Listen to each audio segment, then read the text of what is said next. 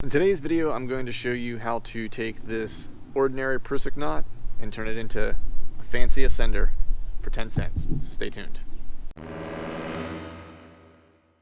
My name's Clint Campbell. If you're not familiar with me or this channel, I run the Truth from the Stand Deer Hunting Podcast, where I focus on all bow hunting tricks, tips, and tactics. And today, what I'm going to do is show you how to take this average Prusik knot that comes with pretty much any tether or lineman's belt and turn it into a fancy ascender. Let's quickly talk about the pros of running a traditional Prusik knot. So when you buy a lineman's rope, typically a Prusik knot is going to come with it. So there's nothing else to purchase. When you buy your lineman's rope, you've got everything you need from a safety standpoint.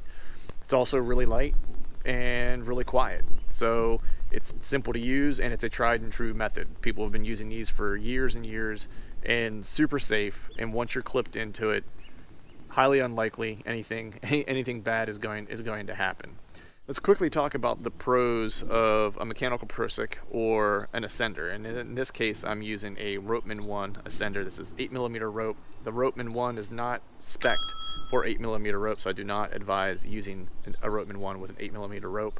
I'm doing this just today for demonstration purposes. So the pros of a mechanical Prusik is that super convenient and easy to use. You can do everything you need to do, from lengthening to shortening your rope with one hand. So as you're into the tree, you can tighten yourself closer to set your next stick, lengthen it to make your climb. The downside of it is that it is a little bit heavier than a traditional Prusik knot, not by much, but it is heavier.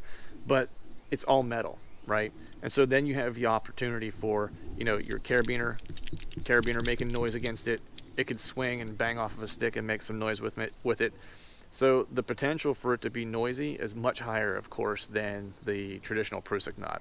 The other thing is that ease of use really worth $40 to $60? For some people, yes. For some people, no. Me personally, I've run them for the past couple of years. I do like them. But what if we could get the same ease of use as an ascender with all the pros of a quiet Prusik and not have to spend the $40 to $60? That's what I'm going to show you now. Now, how do I turn a traditional Prusik into a sweet ascender without spending $60? I'm going to do it with this small piece of paracord. Small piece of paracord turned into 2 loops. And one loop is going to go around your carabiner, and one loop is going to go around your rope. And it's going to be placed behind your Prusik on your rope. So here we are with a normal Prusik. It's in place. If you need to loosen it, you grab up in front of the Prusik, pull it back. Gives you as much length. You can do this all with one hand.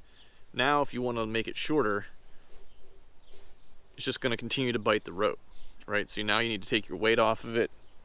Use both hands, pull it up. And now there you go. Loosen it, hand in front of the Prusik.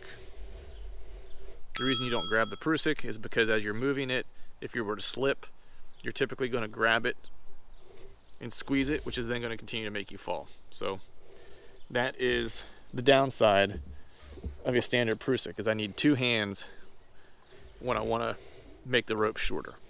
To loosen the mechanical Prusik, all you do is you grab this, pull this lever back, grab the tree with one hand, take a little bit of weight off of it, move it back to wherever you need it, let it go, it locks in place.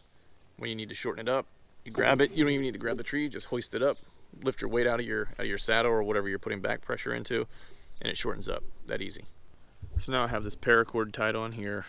The key is that whatever you're going to use as your Prusik ascender needs to be thinner than the rope being used for your Prusik. So the way this works is when you pull it up, it slides up against your Prusik and applies pressure and pushes it forward, right?